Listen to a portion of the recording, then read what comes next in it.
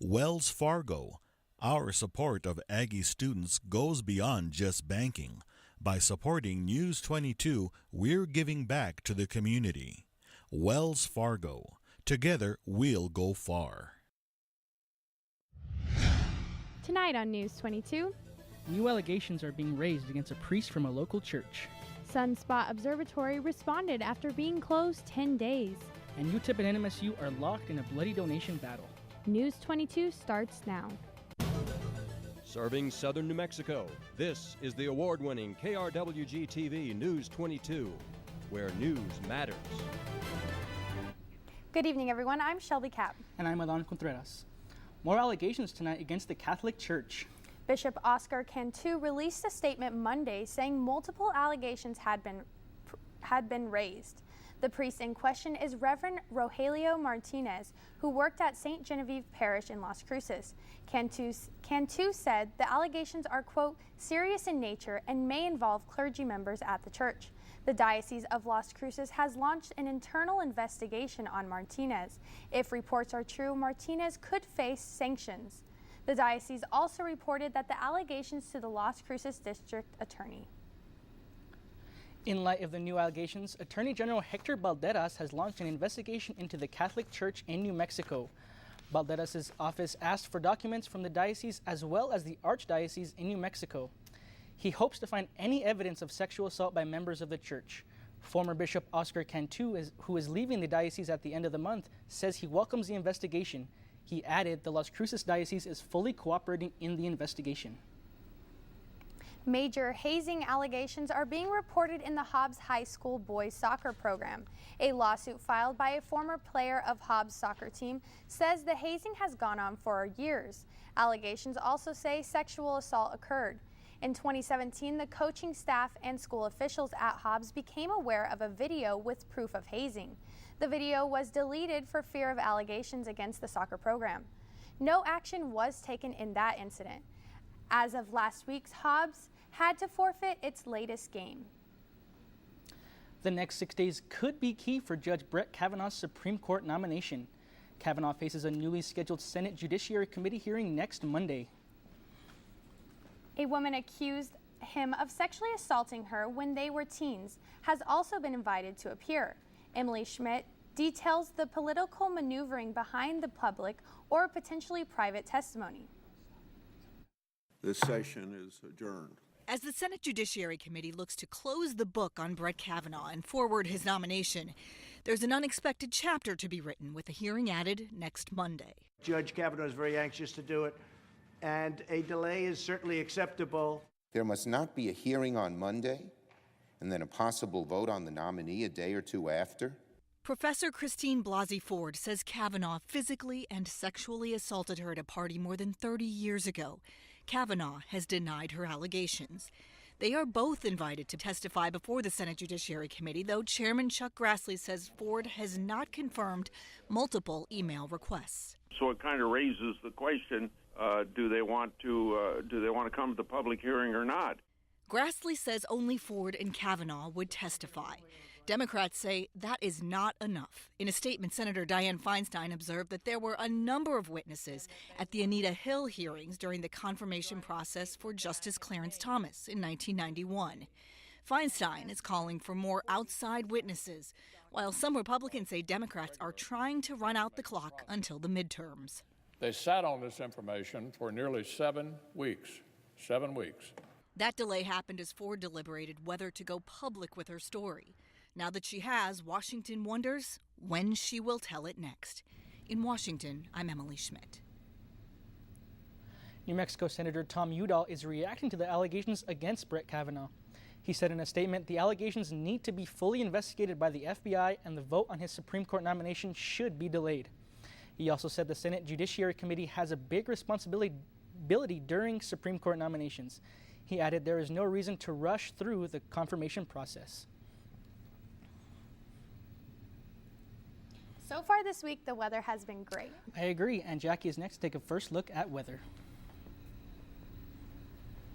Well, thanks, you guys. It definitely has been beautiful these last couple of days. Pretty dry and warm for the last few days. Now, you can take a look at your screen. Definitely a beautiful day today as well. There are some clouds here and there, but overall it is mostly sunny here in Las Cruces. But those of you who are enjoying this weather, all good things come to an end. So we are looking at some increasing chances of showers and thunderstorms starting tonight. But taking a look at temperatures right now, a high right now, 88 degrees, winds coming from the northeast at 5 miles per hour, humidity at 30%, our barometer at 55 degrees, and our barometer at 30 inches. Now our high today, we didn't hit average temperatures, 5 degrees above our average of 93 degrees after an overnight low of 68 degrees. Now let's take a look at those record temperatures. Back in 1997, we hit a high of 97 degrees, but look at that low temperature, 42 degrees back in 1968. So we're nowhere near that, and I'm pretty glad we weren't, because I don't really like the cold. Now, we didn't have any rain for today, but our yearly rainfall sits at 3.96 inches. That's all I have for your current conditions. I'll be back later with your national forecast, but for right now, back to Shelby and Adon at the desk. Could aliens be visiting the land of enchantment? That's what many are thinking after New Mexico Observatory closed for 10 days without any explanation. The observatory in Sunspot, New Mexico closed on September 6th. Scientists say it wasn't aliens, but employees and people living on the property were forced to evacuate. The Otero County Sheriff shared his frustration, saying the FBI won't give him any information. He also says there were Black Hawk helicopters flying and people working around antennas. Sunspot is about 18 miles from Cloudcroft. Police in Laredo, Texas say a U.S. Border Patrol agent is suspected of being a serial killer. Juan David Ortiz is accused of killing 4 women. One of the women got away and ran to a state trooper at a gas station. Police say Ortiz then went home and posted goodbye messages to his wife and kids. Then he began loading his guns for a confrontation with state troopers. While officers searched for him, police say he killed 2 more victims. Police arrested him early Saturday morning. Prosecutors will seek the death penalty. And a woman is in custody after an investigation showed that she was forging checks totaling over $29,000. Clarice Whitney Luis was employed as a work-study student for Southwest Environmental Center. LCPD investigators were able to determine that between December 2013 and January 2017, Luis forged and cashed checks for her personal use. Lewis has been criminally summoned to court and must appear before October 9th. The Las Cruces Board of Education is set to talk about a closed elementary school. Mold was discovered at Columbia Elementary on September 6th. The board was discussing 3 options: either remodel the school, demolish and rebuild the school, or build the school in a new location. All classes were moved to a spare building at Centennial High School. We will have what was said in that meeting tomorrow on News 22 Wednesday. The village of Mesilla is cleaning up after a big weekend party. Like they do every year, Mesilla went all out for the 16 celebration, Mexican Independence Day. It was colorful and fun, and represented the pride many border students have in the homeland. Really celebrate this day, and I think it should be celebrated more and be known more, because a lot of people think of only Cinco de Mayo, but it's also today is such a big day for them because it's the Independence Day. Governor Susana Martinez now knows President Trump personally. Monday, Martinez visited the White House for the Hispanic Heritage Month celebration hosted by the president.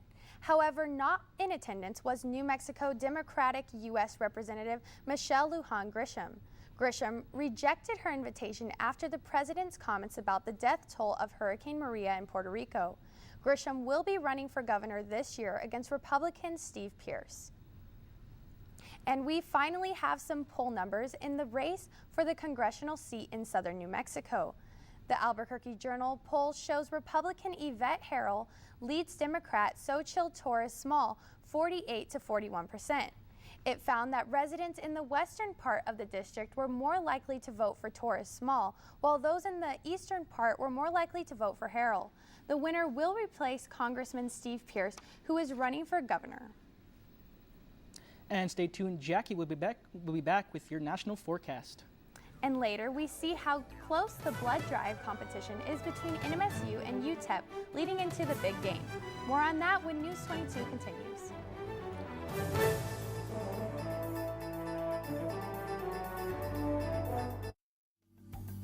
At a recent KRWG coffee visit, we talked with KRWG fans about why they value public media.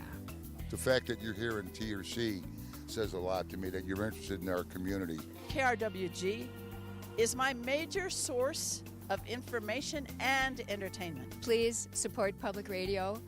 If not for yourself, do it for me. Become a member online at krwg.org or call 1-888-922-5794. Thank you. I want young adults to know that the world is a much bigger place than just the spot that they are occupying at this time. And PBS presents that in a very positive manner. I have left my PBS station a gift in my will. I want to be certain the programs presented by PBS are carried forward to future generations. Welcome back. You're watching News 22 Tuesday, where news matters. A golfer found dead on a course in Ames, Iowa has been identified as 22-year-old Celia Barquin Arozamena from Spain. The Iowa State University senior racked up accolades for her abilities on the course. Laura Terrell spoke with the golfer who called 911 after a group found her clubs left behind on the course. Well, it's could have been my daughter. Holding back tears, Harley Thornton has a hard time finding his words. A Monday morning here at Coldwater Golf Links in Ames turned into a traumatic experience. Thornton and 3 friends were golfing when they met a young woman who he describes as an experienced golfer in her 20s. This very nice young lady came up with her push cart, and we all agreed that she should go in front of us. We knew she'd be a lot faster than a bunch of old men. But when they got to the 9th hole, he says the woman's golf clubs and cell phone were sitting there, but she was nowhere in sight. This was very strange and not right. There's no reason to abandon your clubs in the middle of the fairway. Thornton says he called the clubhouse, who told him they hadn't seen her either. 911 was his next call. Ames police interviewed Thornton to get a grasp on the timeline. We saw her about 8:45. Then when I called the clubhouse, it was 10:10. He also described the scene at the 9th hole, saying he found several tees scattered about and what he believes was the victim's golf hat. Could easily have been where she was apprehended and struggled enough to lose the ball marker off of her cap. Thornton says he didn't see anything suspicious or hear any screams. With hundreds of apartments in plain view across the street, he doesn't understand how something like this could happen. 9:30, 10 o'clock in the morning with a full view of anyone that wanted to look. That's a very brazen act. Flu season is upon us already. Today, the New Mexico Department of Health announced the first confirmed flu cases of the 2018-2019 season. The 3 people affected are ages 8, 11, and 13, and all from Quay County. The Department of Health is urging New Mexicans to make sure and get their flu shots as soon as possible. NMSU and UTEP is renewing its annual blood donation battle. The competition is between UTEP and NMSU students and staff. The school who donates the most blood will be declared the winner. If you bleed maroon, you can donate outside the Corbett Student Union Center until Friday. Winners will be announced later in the week. I think that as you're entering college, you're exploring, you're thinking, what can I do? You're helping about the community around you and are wanting to be able to make a large impact. A lot of times in college, you don't necessarily have the money, the financial means to do it, but you can impact someone's life. And so it's a huge way that you can help your community.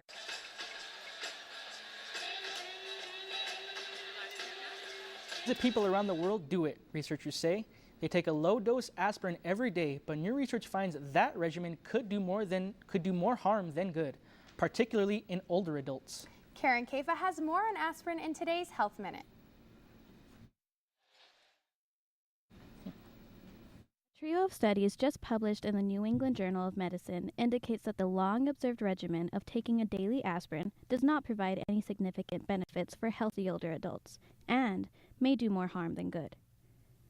The primary study was conducted among 20,000 healthy people in the U.S. and Australia, with a median age of 74.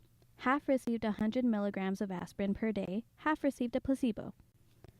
After nearly 5 years, researchers didn't observe a difference between the two groups when it came to disability-free survival, but did see a higher rate of bleeding among those who received the aspirin than those who received the placebo. A second study found the risk of major hemorrhage significantly higher with aspirin than placebo. A third, higher all-cause mortality in the daily aspirin group than the placebo, though researchers said that result was unexpected and should be interpreted with caution. For patients who have already suffered a heart attack or stroke, previous research is clear. The benefits of a daily aspirin outweigh risks. And researchers are not recommending that healthy adults taking daily aspirin suddenly stop doing so. Check with your doctor first, as you always should, before starting or stopping any medication. For today's Health Minute, I'm Louie Casares. And Jackie is next with our weather.gov national forecast. All right, thanks guys. Hurricane Florence did bring down lots of rain to the South Carolina and North Carolina areas especially, but the area that got hit with the most rain is Elizabethtown with 35.93 inches of rain. Now on our next map, taking a look at how fast those winds traveled. They traveled anywhere up between 98 miles per hour up to 106 miles per hour. Now on our next map, taking a look back here at home, the southwest region. Like I said, we do have a chance for some showers and storms, and that's due to this tropical moisture from the south moving north towards us. So it's not likely to bring as much rain as Florence, but there are some chances for some flooding, so be careful while you're driving out there. Now that's all I have for your national forecast. I'll be back after the break with your New Mexico weather.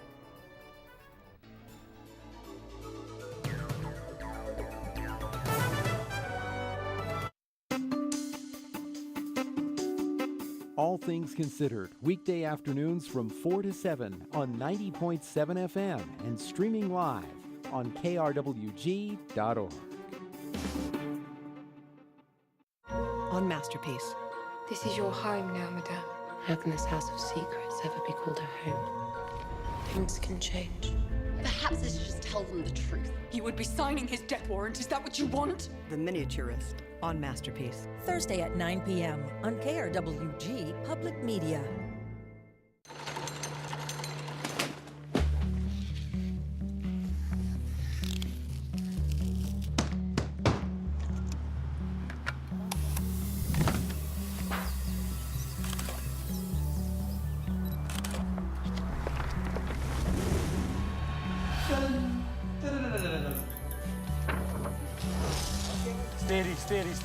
Steady. Friday at 8 p.m. on KRWG Public Media. All right, let's take a look at your New Mexico temperatures right now. Up in Farmington, 85 degrees. Santa Fe is cooler at 77 degrees, as well as Clovis, Ruidoso 75, and Deming at 87 degrees. Now, your highs for tomorrow, Farmington staying up around the same, 78 for your high. Gallup 77, warmer in Albuquerque 87, Clovis 86, Roswell much warmer 90, and Deming at 84 degrees. Now, taking a look at areas or cities around your area, Alamogordo, possible chances for thunderstorms tonight with a low 65 degrees and with a high of 85 degrees. Now, Truth or Cuences, they're looking at some possible chances for showers and thunderstorms tonight with a low 66 degrees and a high of 85. And Silver City, same deal with a low of 59 degrees and a high of 79 degrees. And here at home, those chances of showers and storms are sticking tonight and for tomorrow with the high of 78 degrees. Now, that's all I have for your New Mexico weather. I'll be back with your 5-day forecast, but for right now, back to Don and Shelby at the desk. Texas students may soon be learning social studies a little differently than most other students in the country. That's the first story in tonight's Southwest Minute.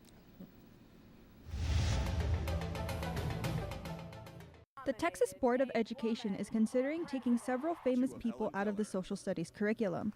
The board wants to remove Hillary Clinton, Barry Goldwater, and Helen Keller, among others. Members say the goal is to have students go deeper into subjects instead of memorizing. The final vote on the curriculum is set for November. You're looking at 225 pounds of methamphetamine. The drugs were seized by Arizona officials this month between traffic stops between the border and Phoenix. One state official called the increase in drugs a form of terrorism. On the first anniversary of the worst mass shooting in American history, Las Vegas is honoring the 58 victims. The city opened the October 1st memorial exhibit showing portraits of the people killed. The shooter opened fire from his hotel during an outdoor concert on October 1st last year. The portraits were painted by artists from around the world. I'm Nicole Verrett with the Southwest Minute. So did you hear about Michael Jordan this weekend? I didn't, but I'm sure Victoria Castro is going to tell us all about it. She's next with sports. Thanks, Shelby. Coming up in sports, find out how the Battle of I-25 went. Stay right there. News 22 Sports is next.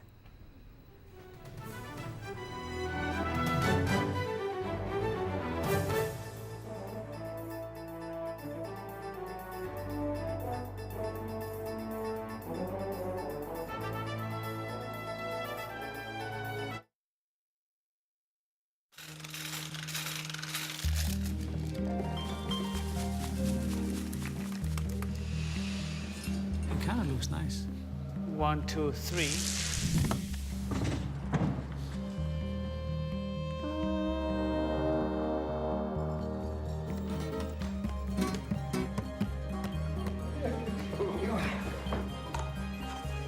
Friday at 9 p.m. on KRWG Public Media.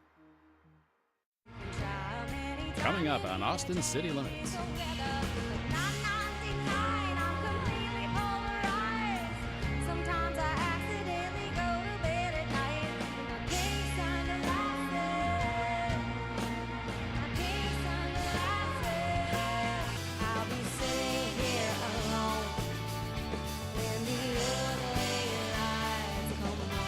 Saturday at 9 p.m. on KRWG Public Media. This is KRWG-TV News 22 Sports. Welcome back. I'm Victoria Castro, and let's talk sports. The Aggie football team is looking to turn things around after losing the I-25 battle.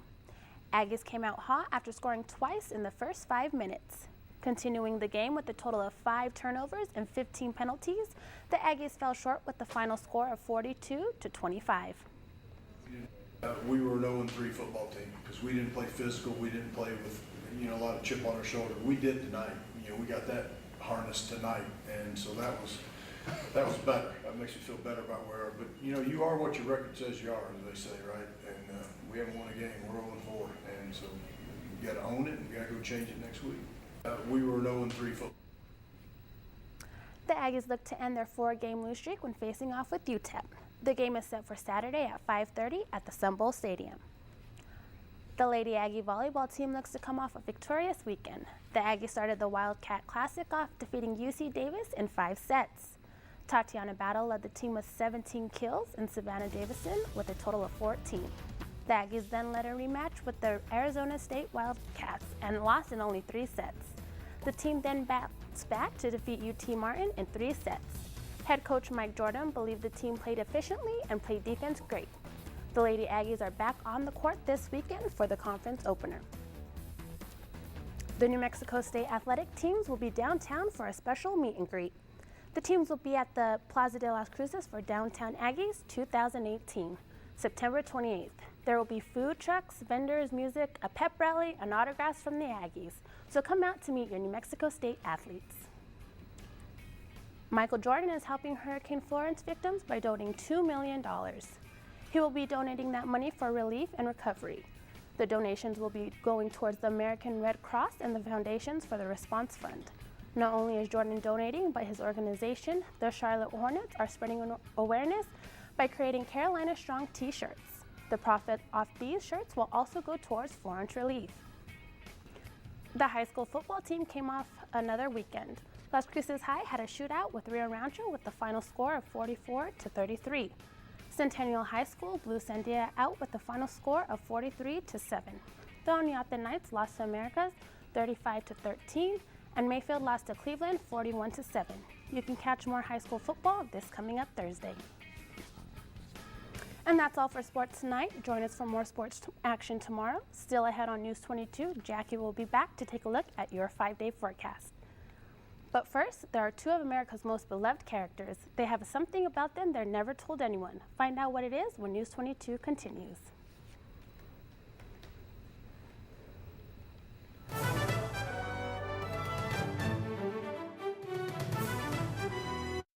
For the past 8 months, we've been delighted to bring my show Amanpour to PBS. Now, I am thrilled with our new show Amanpour and Company. I'm really looking forward to working with our incredibly talented contributors, coming to PBS this September.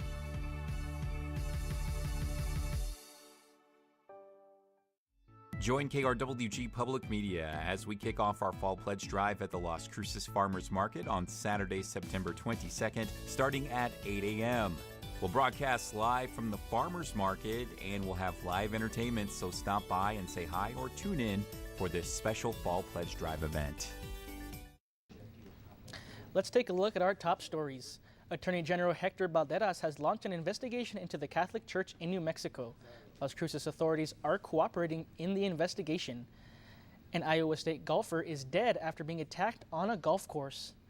And NMSU and UTEP are competing in a blood drive competition. If you want to donate, head outside the Corbett Center. A former Sesame Street writer says characters Bert and Ernie are gay.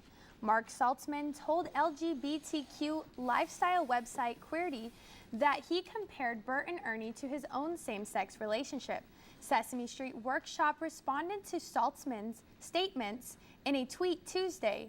The organization said, quote, even though they are identified as male characters and possess many human traits and characteristics, they remain puppets and do not have sexual orientation. So, Jackie, what's our next 5 days looking like?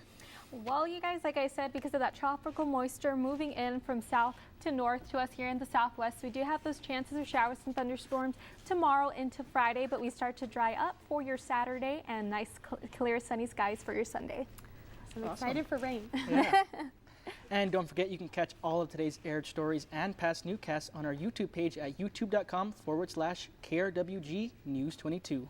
And follow us on Twitter, Instagram, and Snapchat for show updates and the latest on what the News 22 team is up to.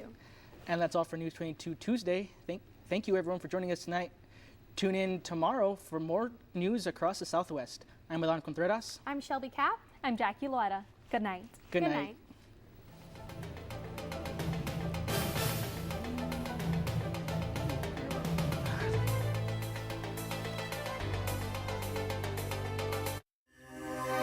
This news brief in Espanol is brought to you by Noticias 22, Spanish language news for southern New Mexico and West Texas. Noticias 22.